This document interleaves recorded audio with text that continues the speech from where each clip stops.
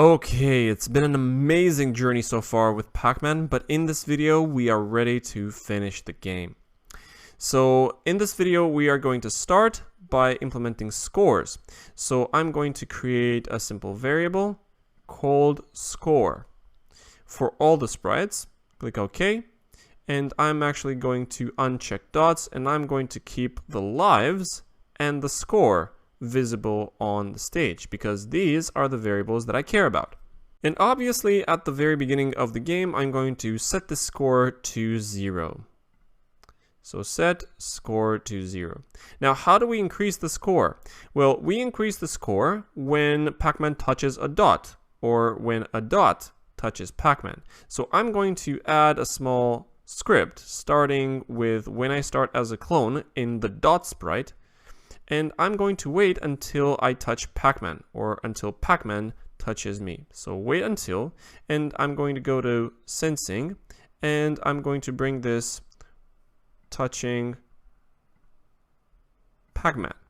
Now when Pac-Man touches me, I'm going to send Pac-Man a message to increase its score. So I'm going to broadcast a new message that I'm going to call point. Alright, and after Pac-Man touches me, the dot, I'm simply going to decrease the dot's variable, and I'm going to simply delete this clone. So I'm going to go to variables and change dots by -1. Alright, so decrease dots by 1, and I'm going to do a small check. If the number of dots has become 0, then I'm going to broadcast a new level so that I tell all the other sprites to prepare for a new level. So I'm going to say if the dots is equal to 0, so dots equal 0, then I'm going to broadcast next level, which is a new message. So next level. And finally, I'm simply going to delete this clone. Now, let's take these two new messages in turn. First, I'm going to make Pac-Man respond to the point message. So I'm going to go to Pac-Man, and I'm going to add a small script when I receive point. All right. I'm going to play a little sound, which is like the Pac-Man eating song. So I'm going to actually start song Pac-Man coin in, and I'm going to increase my score. So I'm going to go to variables and change, and I'm going to select score, and I'm going to change score by an amount. How much should one of these dots be worth? Let's say 10 points. So I'm going to change score by 10. Now, what else should increase the score?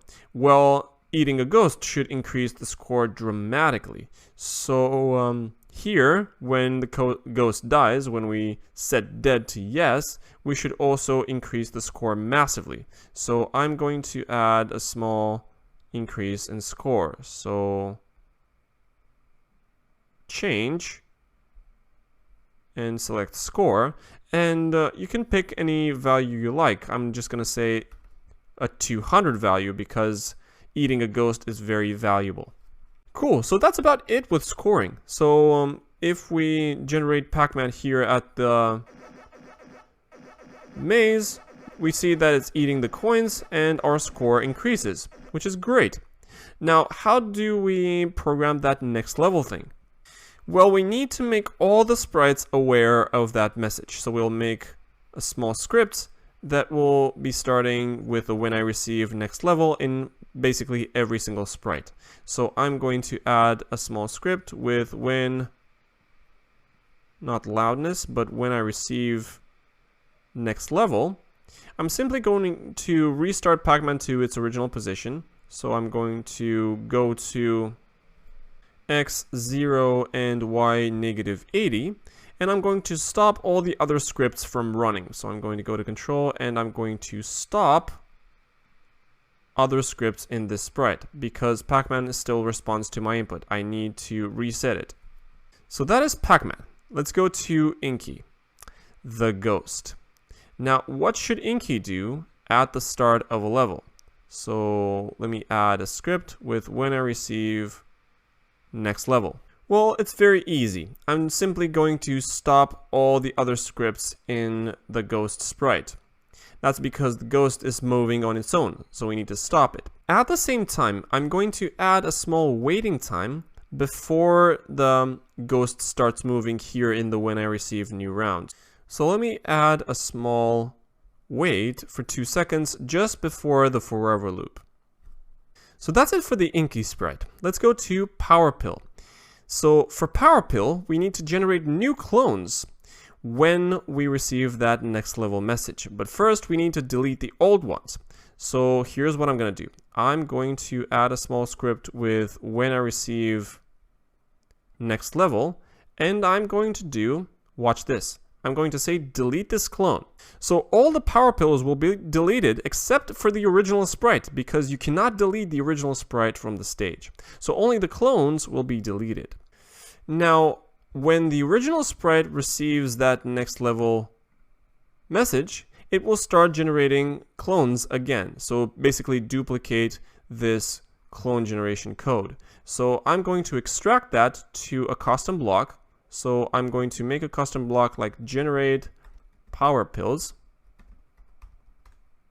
All right. And I'm going to define it as whatever's over here. And when the flag is clicked, I'm going to generate the power pills. And when I receive next level, I'm going to generate the power pills. So that's a nifty little trick. As for fruits, when we receive the next level message, I'm simply going to show this sprite. So when I receive next level, I'm simply going to show the sprite again because it may have been hidden by Pac-Man in the previous level. And that is it. As for overlays, it's much more interesting. So when I receive the next level, I'm going to display a message on the screen. So I'm going to switch the costume to, and the costume is you win. And then I'm going to show the sprite on the stage. I'm going to make a display onto the front layer in case there's any other sprite overlapping with it. And then after 2 seconds, so I'm going to wait for 2 seconds, and then I'm going to broadcast a new round message to tell the sprites that the game has started. Alright, so remember that Pac-Man and Inky respond to this new round message by starting to move on into the maze. Alright, so this is what's happening in the overlay sprite when we receive that next level message. As for the dot sprite, it doesn't respond to the next level message, but rather to the prepare level message, which we already implement. So we need somebody to broadcast this prepare level when we receive the next level message. And that will be the backdrop, because that's the one broadcasting the prepare level. So the last thing to program is the backdrop. So when I receive the next level message, so next level, I'm going to do a small if check. If the backdrop number is equal to 2, because I only have 2 levels here. If you add more, you can do if backdrop number is equal to however many levels you have. So I'm going to have if the backdrop number is equal to 2. So I'm going to bring backdrop number from looks. So if backdrop number is equal to 2, then Pac-Man has finished the game. So I'm going to broadcast a new message. I'm going to name this victory. All right. Otherwise, I'm simply going to go to the next backdrop and broadcast prepare level. So I'm going to go to looks, switch, but rather next backdrop, and then broadcast the prepare level message. And Pac-Man will respond to this victory message as follows. I'm going to add a small script with when I receive, I'm going to make some room here. So when I receive victory, I am going to play a little sound, which we will use at the beginning as well, and make Pac-Man rotate in circles. So I'm going to bring in the same repeat 72, if you remember that, when Pac-Man died. I'm going to rotate it clockwise by 10 degrees, and I'm going to switch its costume to man 3. So man 3. And at the same time when I receive victory, I'm going to play a little music, because Pac-Man has this little intro music. So let me show you. Alright, so I'm going to use this sound and finish the entire game after that. So I'm going to go to events and bring in another when I receive victory. And I'm going to play this Pac-Man song 2 until done. And after that, I'm going to stop the entire game. So stop all. I'm going to reuse this sound at the beginning. Alright, so at the point when the flag is clicked, and at this point we should have a very complete game. So the moment of truth. Alright, so Pac-Man was not reset at the beginning when the flag is clicked. We should probably fix that. So I'm simply going to make Pac-Man go to 0 and -80, and that should be it. And notice the dots are being generated here on the screen. It'll probably take a while because generating clones takes some time. But in the meantime, I can still play. And the ghosts will start come after me. Let me kill the ghost. Get here. Yeah. This is amazing. Alright, the ghosts are after me again. Uh-oh. I'm being chased. Wow, I'm actually pretty fearful for my life now.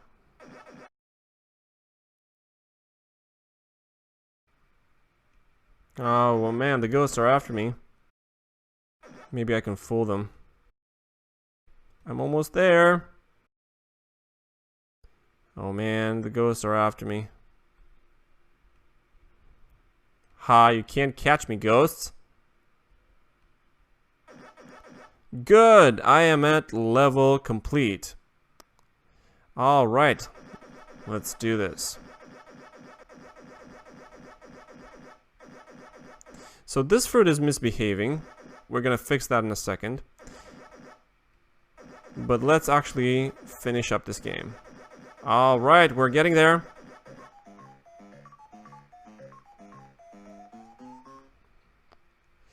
Okay, cool. So the game actually started. We need to fix the fruit misbehaving, and we also need to stop all the other sprites when we receive the victory message. So I'm going to go to fruit, and I'm going to wrap this section of the script in a forever loop. So this is how we can ensure that this sprite can be touched by Pac-Man multiple times. Now obviously when touching Pac-Man, the sprite will be hidden, so Pac-Man will not be able to touch it again, and the sprite will only be made visible on the screen at next level. Alright. And then the other thing that we need to fix is to stop all the other scripts in all the other sprites at the victory message. So I'm going to add a simple script. When I receive victory, I'm going to stop all the other scripts in this sprite. So stop and select other scripts in the sprite, and I'm going to do the same for all the other sprites. So when I receive victory, stop all the other scripts in the sprite. With fruits just as well, but fruits are harmless. Then overlay, this is harmless as well. And for the dot, this is harmless as well because all the dots have been eaten from the stage. Alright, so at this point, I declare this game complete. Finally, it's been a long journey. You cannot possibly imagine how proud I am that you followed along. If you're still watching me right now, you're one of my top students. Very few have the courage and patience to finish this game, but you did. And I'm proud of what you coded and learned in this chapter and in this entire course.